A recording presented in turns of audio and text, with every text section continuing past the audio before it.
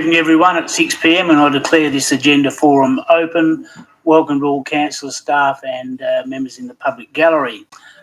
I'd like to start by saying the city acknowledges the traditional custodians of the region, the Wadjuk people of the Noongar Nation, and their continuing connection to the land, seas and community. We pay our respects to their elders, past, present and their descendants. Item 2, the disclaimer. The terms and conditions of entry into this meeting are posted at the entry of the public gallery. Members of the public are asked to read and abide by them prior to attending the meeting. Item 3, attendance and apology. I note all councillors are present with the exception of Councillor Prodovnik, who is listed as an apology.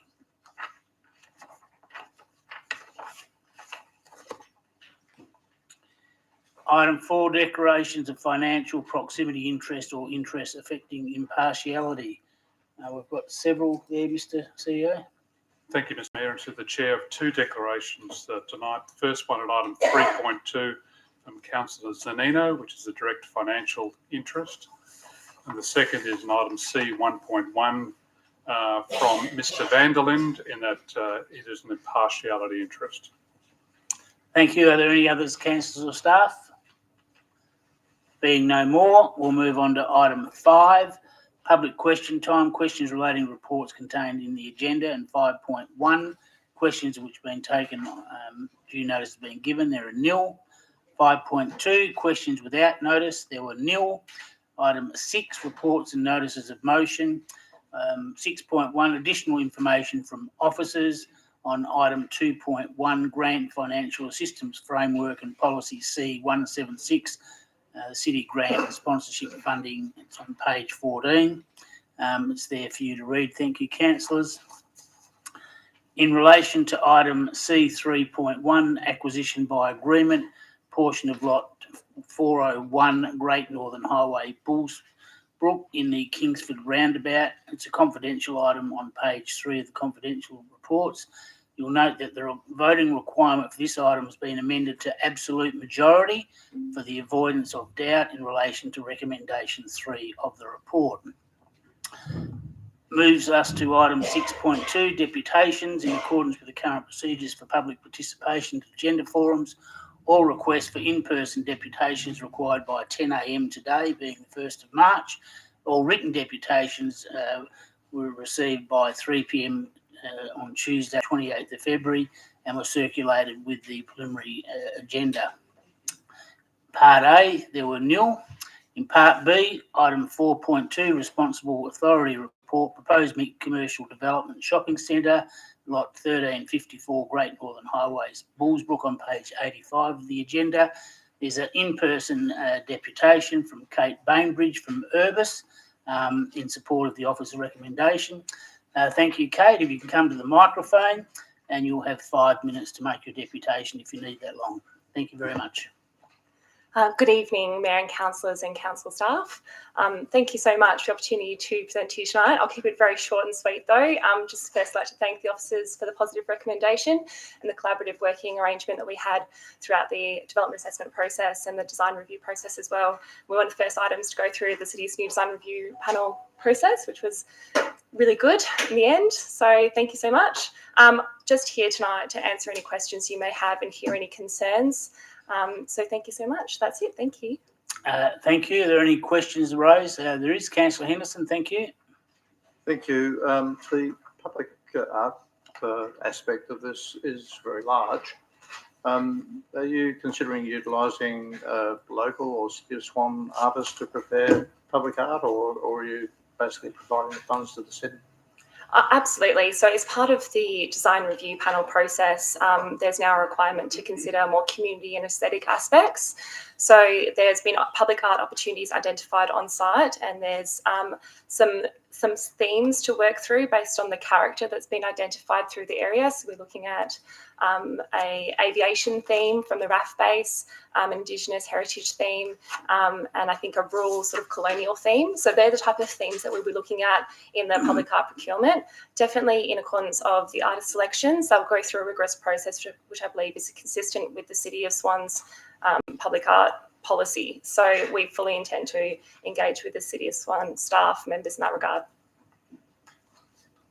Just to follow up, if I may. Thank you. So specifically, I'm hoping that developers will consider more of the local artists than international or interstate artists, which we've seen quite a bit of.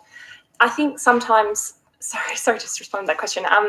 Sometimes the procurement process requires the use of professional artists, and sometimes there's not enough who meet that criteria. It would be fantastic to see the ability to use more youth artists and emerging artists in the procurement of public art, but we are trying to adhere as much as possible to policy parameters. So not knowing the policy parameters off the top of my head, very sorry. If we're able to, definitely we'll consider local artists as a primary. Any other questions, councillors? Then thank you for your deputation and answering those questions, Kate. That takes us to the next deputation in person. It's in Part C, Item C 1.1, and relates to notice of motion by Councillor Bowman, changes to planning. It's on page 246 of your agenda. It's in-person deputation by Mr. Gavin Troy. Thank you, Gavin. You'll have 5 minutes if you need it. Thank you, Mr. Mayor. Mr. Mayor, councillors and staff, I make this deputation to council in support of Councillor Bowman's notice of motion Part C, Item C11, and express my concerns in relation to the officers' reports. At the AGM held on the 13th of February, the VRA President, Mr. Mark Church, raised a matter of concern for his association regarding the DA now before JDAB, and hence your council, regarding the literature that had been advanced beforehand by the owner-developer of their intention to undertake a much greater development program for the Vines than was part of the recently lodged DA for a driving range and associated facilities only. This would appear to be a deliberate act to circumvent the full assessment of a larger development that had been explained in the developer's earlier expressions. Clearly, the VRA President was establishing the association's strong concern that an incremental action was being pursued with the lodged DA, and council was being asked to both note the circumstances and to pursue early action on the matter. In his reply, the city's executive manager, planning and development, Leon van der Linde, responded in a manner that all matters would be addressed in the council's response to the JDAB, with council authorising the final documents. That is clearly understood. What is the concern, however, and Leon van der Linde and I had a good discussion on this last Friday, is the emergence of incrementalism, or as the officer's report refers, piecemeal planning. I strongly advance the view to leave the issue bound within your normal JDAB process would not serve Vines residents well. It would be too late. The JDAB processes are deliberately designed to minimise local input on the process, and the appeal process through SAT is left in a narrowly defined domain of strict planning law and legal interpretation of the existing statutes. Separate advance notice of planning process that permits incrementalism or piecemeal planning is not acceptable, and advice thereof must be served on the responsible minister at the earliest possible time. I'm not aware of the full legal advice councillors have been offered on prior cases of so-called piecemeal planning, but I can say that there is an emerging volume of such instances, and that is not limited to Western Australia. I can also say that any legal opinion will apply only to the narrow specifics of one or more cases. There is not a volume of cases that yet thread a common argument. The Vine situation may hold these different circumstances, and you'll need to be very cautious on your interpretation of any legal opinion at this early time is required. I continue my comment on the officer's report before you. The Friday released report again suggests that the two elements raised here, being one, the question of the planning process, and two, the merit of the narrow-based DA applying incremental staging or piecemeal planning, should not be addressed in other than the suggested format of your council staff integrated response. You have 1 minute left, thank you. This process will not address the urgency of submitting this issue to the responsible minister at the earliest possible time.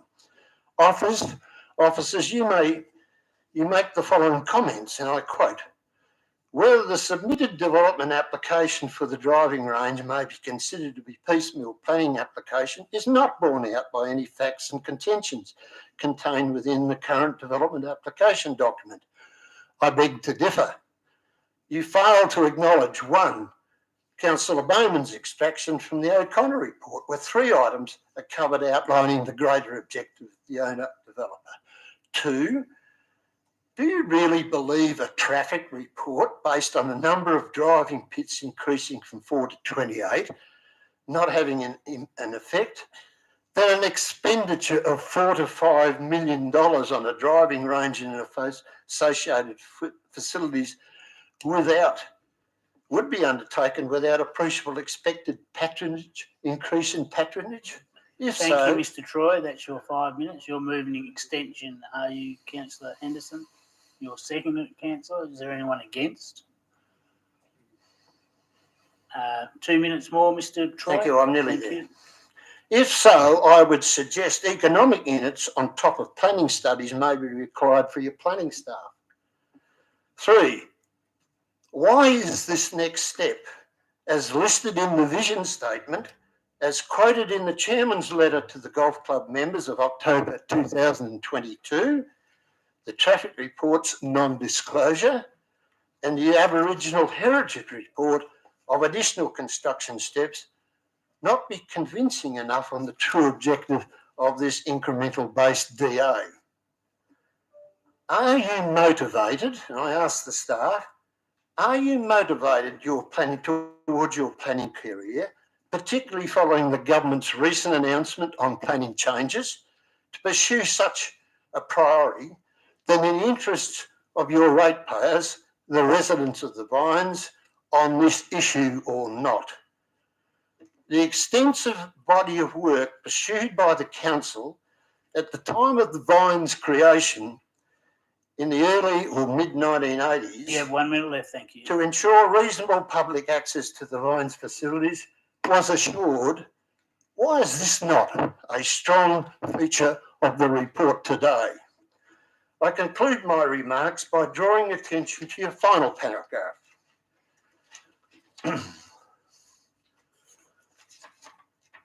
As council will make the recommendation to the JDAB on how this application should be determined, council can, with the benefit of a comprehensive staff report, fully consider the issues raised by the proposed motion at that time.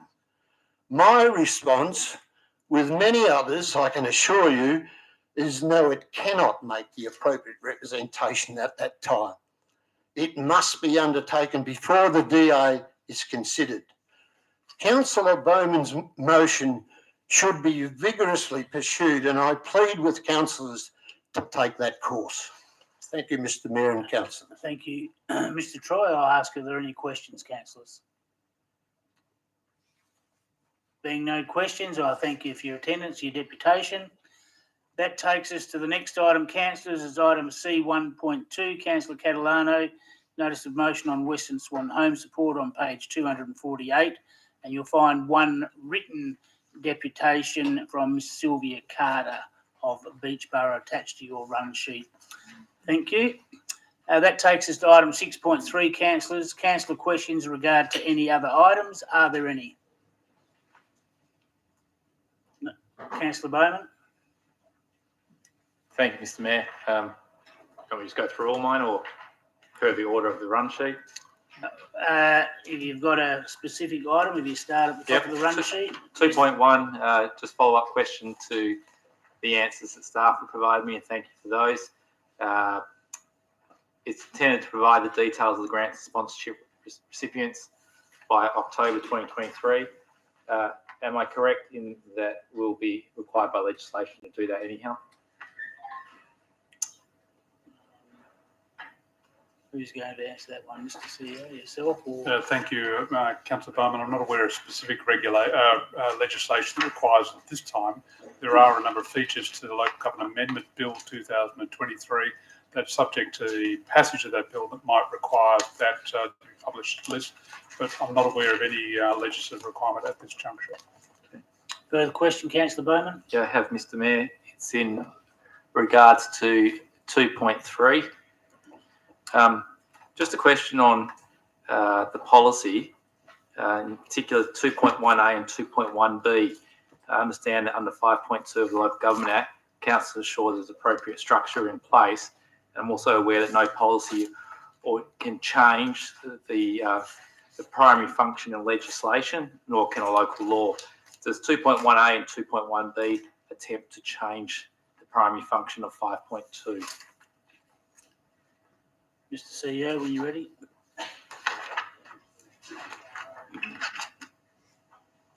As you'd be aware, Councillor, nothing in policy can override a provision of statute. That's a fundamental principle of the structure of statute. So if you just to draw my attention now, which element do you think is overriding So- the statute? The question is section 2.1A and 2.1B of the policy. It is the current policy as well.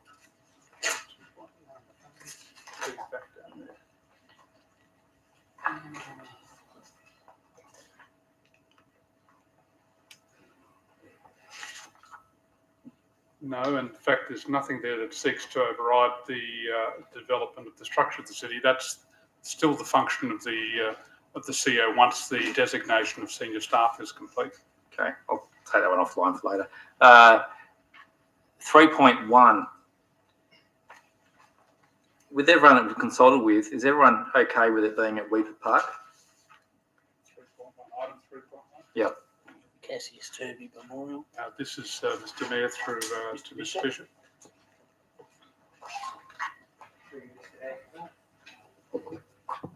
Through you, is this working? Yeah. Through you, Mr. Mayor, can I just ask the question to be repeated, please? Is everyone that's been consulted with okay with it being located at Weeper Park?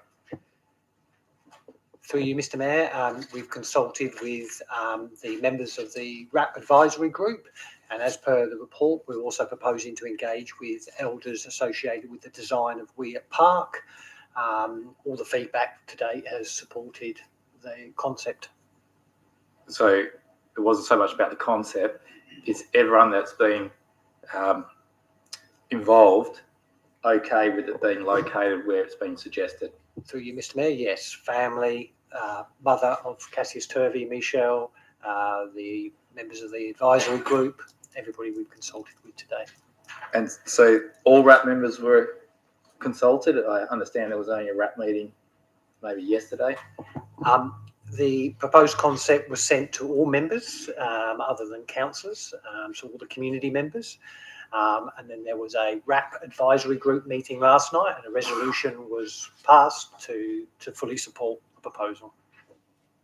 And my other question is, in the financial implication, it says 3,000 for the unveiling event. Is that just for the first event, and will there be another 3,000 for the next event, or is that a combined total for the two events? Through you, Mr. Bishop. through you, Mr. Mayor. There is an estimate in there in regards to total costs of 30,000. That's to include design, fabrication, and installation. We currently have budget for events, so they will be covered by the event budget. So, Mr. Mayor, probably if I can ask my question again, since it didn't get answered, in the financial implication, it states that there's $3,000 for the unveiling event. My question is that for one event or is that for both events? That estimate is for the unveiling of the concept event proposed to be Harmony Day. So my follow-on question, Mr. Mayor, is will it be another 3,000 or more expected to be required for the next event, which is the unveiling of the sign? Mr. Bishop, Through you, Mr. Mayor, yes, that would incur a separate cost once that's determined. Mr. Mayor, my next question on this item is the $30,000, and again, thank the staff for providing a response to that. They directed me to page 68. The budget is $30,000, which just over 2,000 is for design. The rest is for the sign and install. How much is then specifically for the sign, noting what we're getting for that amount of money on page 68? Mr. Bishop, you can take it on notice if you wish. I'll just bring up page 68. I'm just.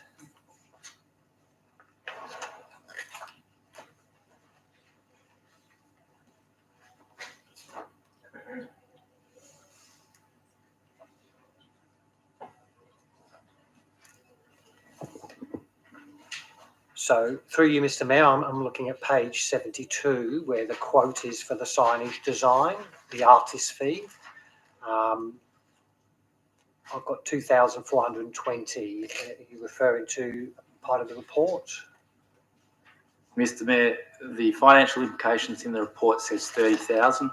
As the exec manager indicated correctly on page 72, 2,420 is for design. The rest I've been told is for the sign and installation. My question is, of that $27,580 left, how much is specifically for the sign as opposed to the installation?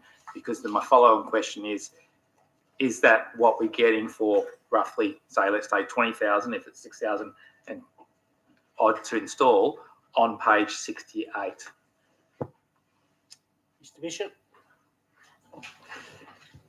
Through you, Mr. Mayor, I don't have a detailed breakdown of installation costs. This is just the estimate we've got to date.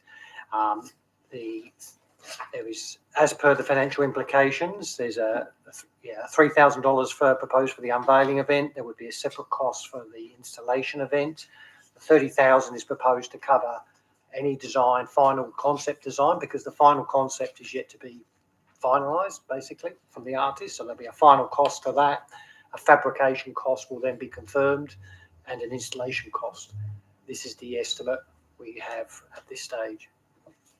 Mr. Mayor, not to hold it up, can we get further information or advice on what that fabrication cost is going to be so we can see how much of that is for the sign? Because again, I'm looking at page 68 and I think it's a little bit underwhelming. That's just my opinion. Moving on to 5.2. sorry, just before you move on, Councillor Bowman, I've got two other councillors indicated to ask questions on this item. So while we're on this item, Councillor Richardson, you're first. Thank you, Mr. Mayor. Just a question to staff, to Mr. Bishop, through you.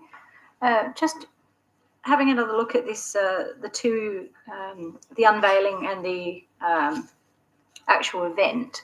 Can I just clarify who is coming to the concept unveiling? It indicates in here that the actual memorial is to be a low-key event. Who is coming to the concept unveiling? Thank you, Mr. Bishop. Through you, Mr. Mayor.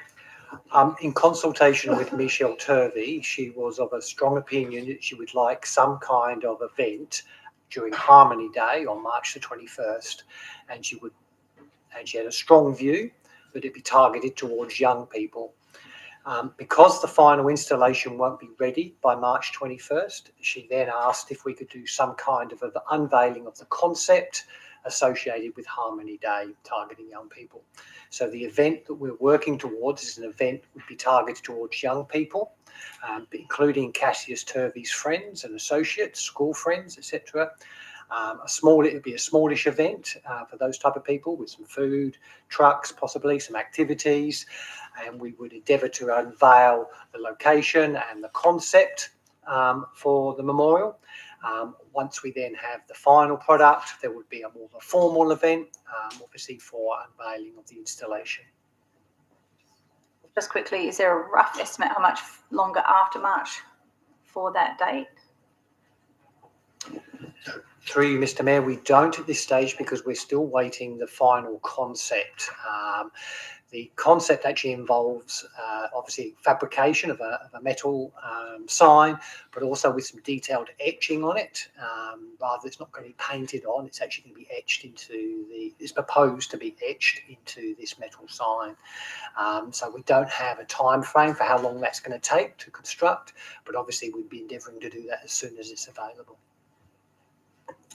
Thank you, Councillor Howard. You had a question?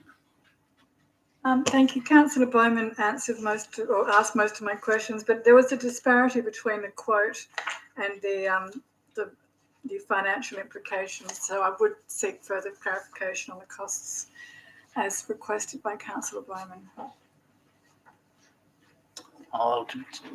If you've got any further questions, you can liaise those with Mr. Bishop and he'll answer all the other questions.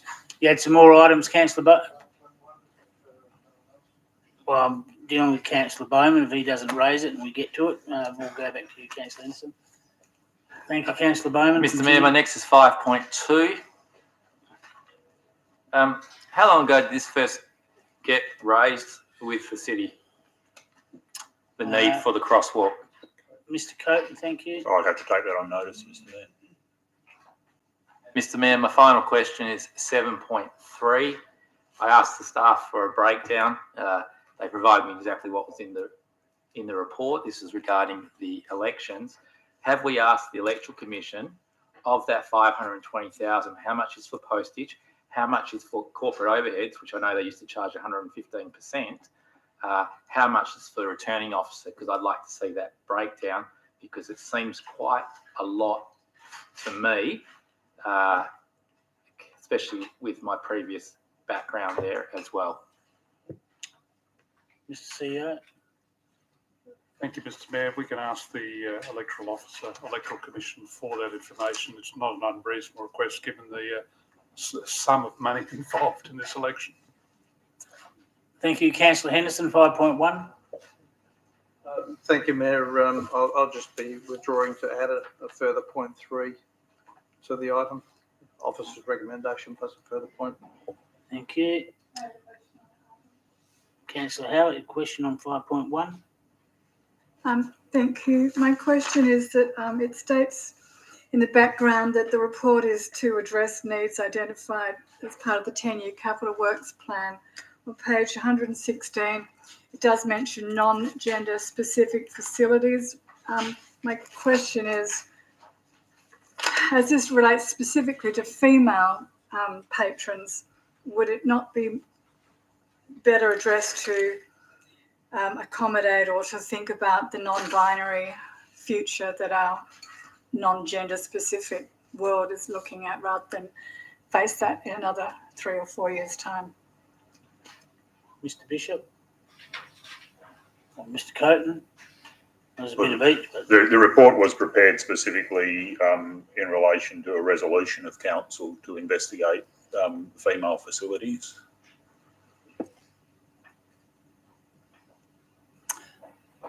Councillor Parry, you had a question? I just got a question in regards to the local government elections. Can we also get a quote if it's just in-person voting as well, rather than just postal, please? Would that be possible? Take that on notice and get back. That'd be great. Thank you. Thank you. I'll ask, are there any other questions, councillors?